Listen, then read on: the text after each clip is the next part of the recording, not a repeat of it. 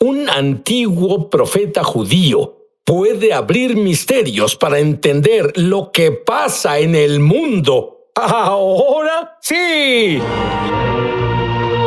La enseñanza bíblica, lo sobrenatural, comenzó contigo a temprana edad. Estabas en 8º grado y te topaste con un ángel. ¿Qué fue lo que pasó? Sí, fue increíble. Había huido de casa, así que tenía mi pequeña almohada y bolsa de dormir y mochila y estaba en un área boscosa por la carretera y mi hermana, 1 año mayor, y mi hermano, 1 año menor, estaban llamándome, buscándome y yo clamaba a Dios diciendo, ¿qué debo hacer? ¿Debo decirles dónde estoy o no? Y escuché una voz estruendosa y parecía un megáfono de la policía. Sonaba como la voz de mi papá. Así que fue audible. Fue audible y dijo, Mark, diles a los niños dónde estás. Y esto pasó 3 veces. Y al final les dije, vinieron corriendo y luego de la nada todos acordamos que debió ser una persona angelical. Y era un pueblo pequeño de 800 personas. Todos conocen a todos, eran las 10 de la noche. Y este joven se acercó y dijo, ¿puedo ayudarlos? Y mi hermana dijo, no, todo está bien, él volverá a casa. Y luego él nos dijo, bueno, ahí es donde Mark pertenece, nunca lo vimos antes, nadie sabía quién era, nunca lo vimos jamás, era algo muy...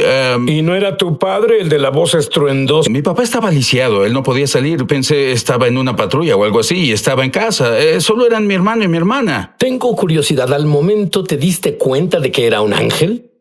Cuando llegamos a casa, hablamos sobre eso. Todos pensamos que fue un ángel porque ninguno lo conocía. Y bueno, tú haces muchas cosas únicas al estudiar la Biblia. Por ejemplo, tomas un libro individual de la Biblia y en realidad lo pones en orden cronológico. ¿Por qué haces eso? Bueno, para mí es para ayudarme a entenderlo. Cuando leí el libro de Jeremías, descubrí que estaba revuelto y decidí ponerlo en orden y así poder entenderlo. Y descubrí, al compararlo con otros libros proféticos, ¡wow!, amplió toda la imagen. Mark, cuando pones las cosas en orden cronológico, descubres que la historia se repite siempre. Ay, por Dios, sí, y son los mismos patrones, todo está en los patrones, y los patrones que ves en los días de Jeremías también pasan en nuestros días, y cuando pones esos patrones juntos, puedes ver lo que viene. Encuentras incluso patrones en las advertencias. Definitivo. Lo que es fascinante es el pueblo de Dios en esos días. Ellos no servían a Dios, no querían nada que ver con Él, y Él escribía advertencias. Jeremías escribía advertencias de que debían arrepentirse y al mismo tiempo ignoraban las advertencias de Dios. Bueno, en realidad hay 6 similitudes en Jeremías comparándolo con hoy. Dime cuáles son esas similitudes. Bueno, una de las similitudes que pienso es Apocalipsis 3:20, cuando el Señor está tocando la puerta. No es la puerta de un no creyente, es la puerta de una iglesia. Y es como si Dios se parara afuera de la iglesia tocando la puerta. Y ellos decían en Apocalipsis, déjenos en paz, estamos en la iglesia, ni siquiera sabían que faltaba Dios. Bueno, hay una escritura que habla sobre esos patrones repitiéndose siempre, creo que es en el Eclesiastés. Sí, el capítulo 1, versículo 9, y es donde habla sobre lo que ya ha acontecido. Eso volverá a acontecer y no hay nada nuevo bajo el sol. Y por hacer esta investigación, puedo pensar que tú sabes que tienes un adelanto de lo que le pasa a la sociedad, ya que la historia sigue repitiéndose. Incluso la Biblia dice que la historia se repite. Así es, Dios declaró el fin desde el principio, así que si queremos saber el final del asunto, debes ver el principio y los patrones. Como dijimos, en días de Jeremías había anarquía como la hay ahora. Sí, anarquía total, caos. Revuelta política, total agitación social. Una de las cosas asombrosas para mí se revela en Mateo 24, donde se habla cómo se levantarán nación contra nación. En realidad ese grupo étnico se levantará contra otro grupo étnico. Eso hace una gran diferencia. Y cuando ves lo que pasa ahora con grupos étnicos levantándose contra otros grupos étnicos, un paralelo total. Por eso es que debemos entender. ¿Y tú crees que eso es lo que en realidad pasó en los días de Jeremías? Claro, sí. Hubo incluso peleas entre ricos y pobres y Ambos fueron agitación social total en cada Y área. ahora vives en Seattle, Washington, donde todo eso sucede. Y encontraste en estos patrones que Dios siempre advierte antes del juicio. Siempre manda advertencias antes del juicio porque no está dispuesto a que nadie perezca, pero el problema es tan seguido y lo asombroso es que las advertencias son para su pueblo. Dios está más molesto porque su pueblo se aleja de él que porque el impío se aleje de él. Bueno, ¿no dice que el juicio comienza en la casa de Dios? Exacto, es exacto lo que dice. Entonces Dios siempre quiere lidiar primero con su pueblo y vemos eso de nuevo en Apocalipsis donde lidia con las 7 iglesias. Es con quien lidia antes de lidiar con las naciones. Cuando regrese, Mark revelará una de las advertencias a las naciones que pasan justo ahora del libro de Jeremías. Ya vuelvo.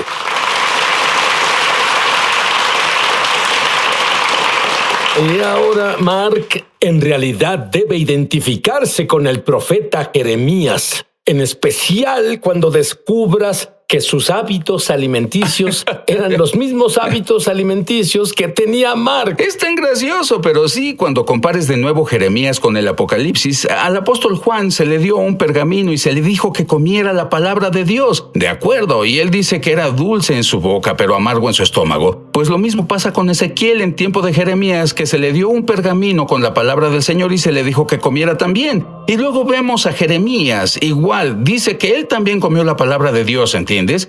Entonces debemos darnos cuenta de que si en realidad queremos entender estos últimos días, debemos alimentarnos con la palabra de Dios y seguido ¿Es a todas lo que estas. te refieres con comerla? Sí, en realidad ingerirla. ¿Cómo la ingieres?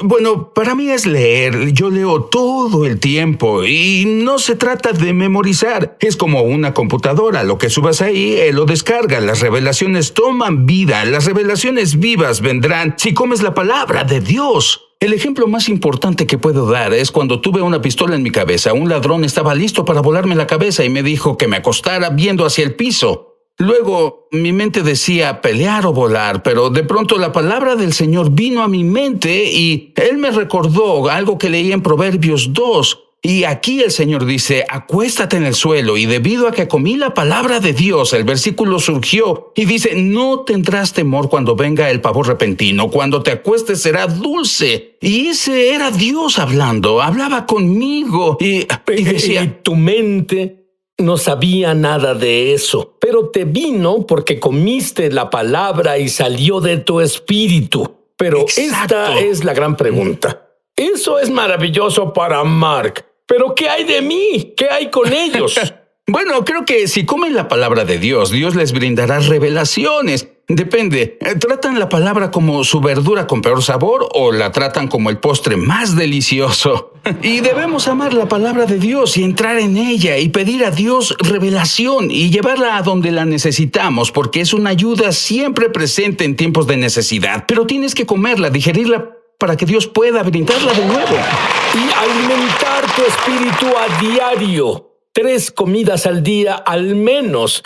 ¿Qué advertencias a las naciones encontraste al decodificar al profeta Jeremías? Bueno, hay un par de advertencias diferentes. Una de ellas, hay varios capítulos donde él advierte a todas esas naciones distintas que deben someterse a Nabucodonosor, porque es la persona que Dios puso a cargo. Pero la advertencia más grande fue, él advertía a todas las naciones cómo deben tratar a la nación de Israel.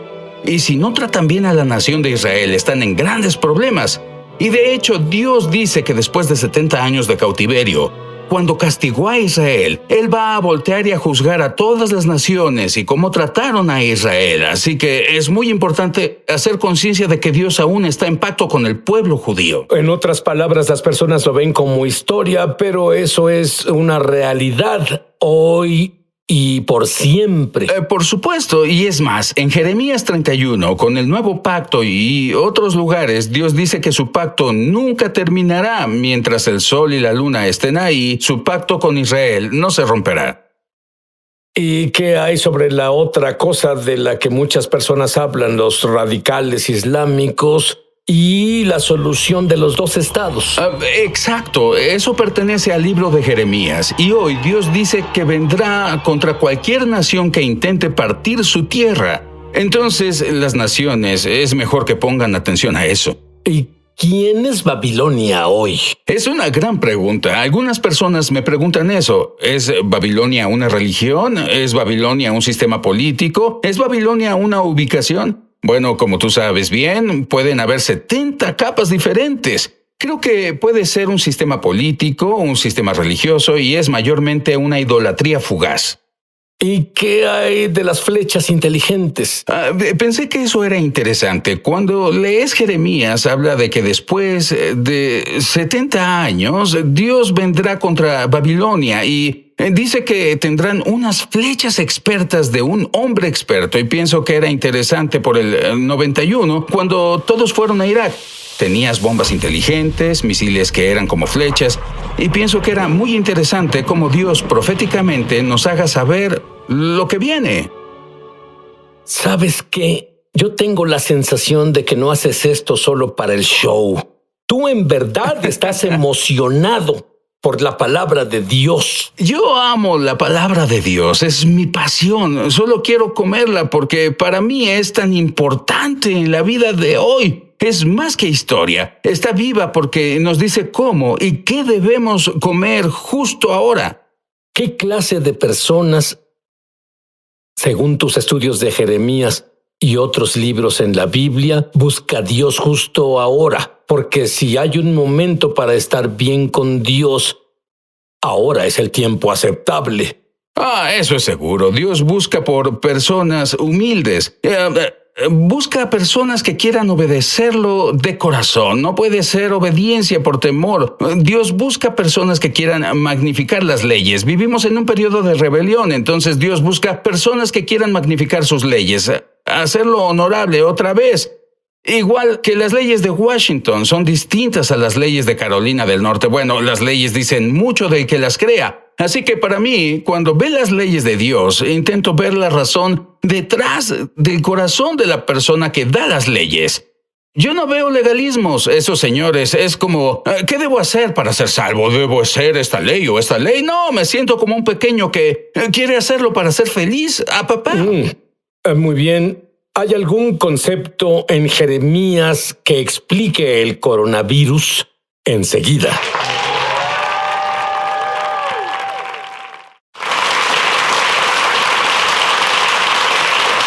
Bueno, porque la historia se repite sola, porque la Biblia profetiza, muchas personas se pierden esto. Se nos dijo que las profecías se repiten siempre. Ahí es donde muchos maestros se confunden. Dicen, ya pasó, pero va a volver a pasar. Y hay revelaciones justo ahora, como en el periódico de hoy, del profeta Jeremías. Sí, una de las cosas interesantes que encontré en Jeremías 12, en donde Jeremías se queja, es como muchos hoy en día. Él le pregunta a Dios, ¿por qué los malos prosperan? No es justo. ¿Por qué permites que ellos tomen raíz y produzcan frutos? Entonces Dios dijo a Jeremías, oye, si los que corren a pie han hecho que te canses, ¿qué harás cuando vayas a competir con los caballos?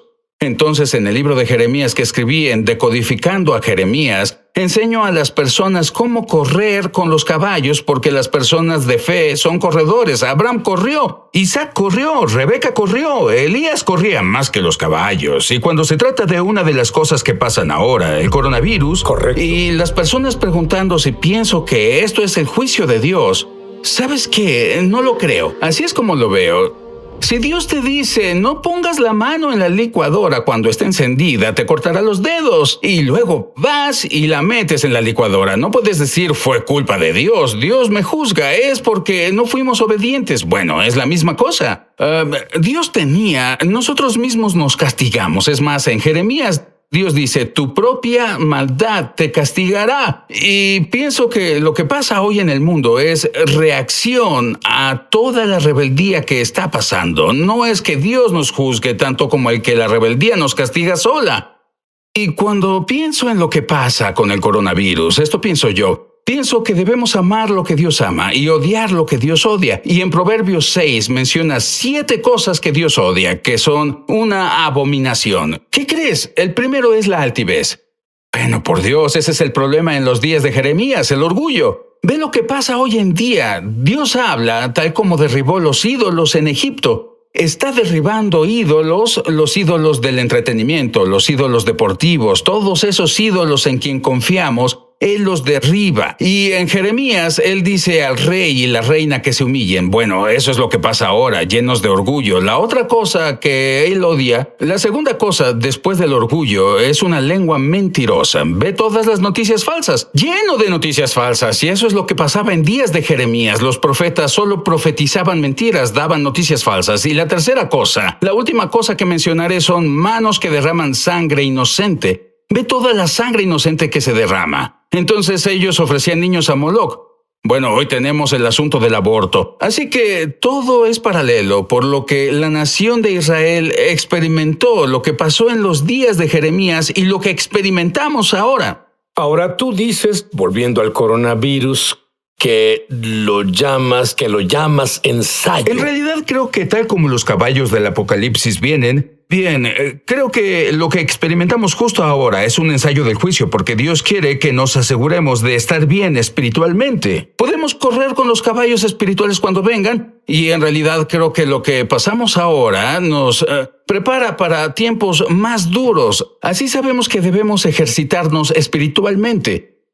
La otra cosa dicha sobre el coronavirus que es totalmente asombrosa para mí es la primera vez en 3,500 años que en el mismo día que Dios tuvo a todo Israel encerrados en cuarentena dentro de sus casas, todo Israel estuvo en cuarentena, igual que el resto del mundo, como si Dios hiciera que Israel finalmente hiciera correctamente la Pascua. Y eso es asombroso para mí, que es la primera vez que eso pasa en 3,500 años, por lo que este año es tan importante. Bueno, y es algo interesante debido a la palabra. Dice que debes permanecer en casa en Pascua. Esta fue la primera vez en 3,500 años que estuvieron encerrados en sus casas. Debían permanecer en sus casas. Debe ser muy profético. Y fue el mismo día. También fue el mismo día de la semana. Tú enseñas sobre cómo tener paz en medio del caos, que no estamos solos. Muchas personas que nos ven justo ahora, que se sienten solos, aislados. Totalmente. Háblales un poco.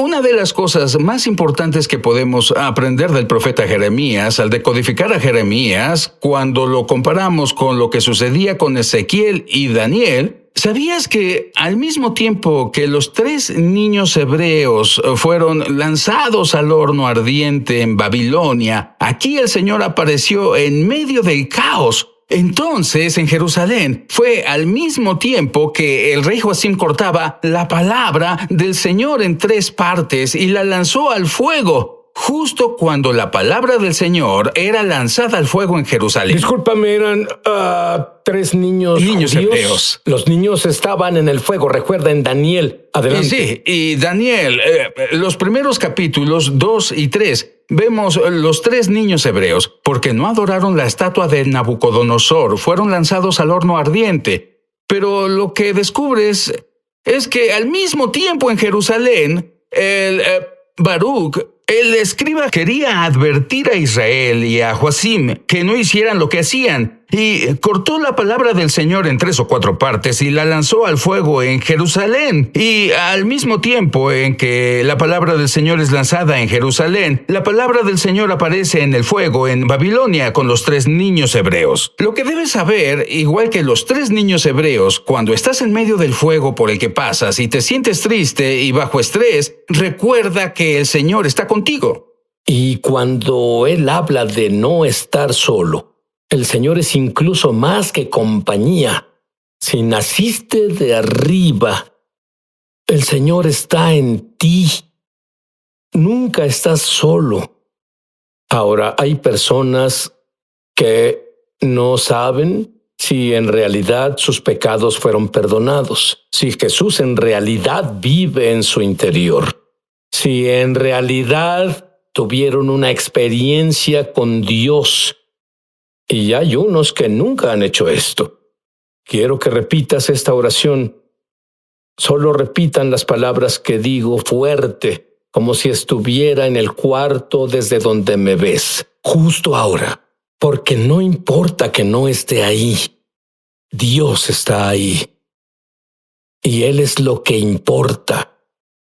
Y si debe haber un momento, es ahora. Repite después de mí. Querido Dios, en voz alta, querido Dios, soy un pecador. Contra ti y solo contra ti pequé. Me arrepiento. Creo que la sangre de Jesús limpia toda cosa mala que he hecho. Y tú no tienes memoria, oh Dios, jamás. Ya no existen. De acuerdo con tu palabra, estoy limpio. Y ahora que estoy limpio, te invito a vivir dentro de mí. Nunca me dejes o abandones. Dame la paz que pasa el entendimiento humano. Te hago no solo mi Salvador, sino mi Señor. Amén.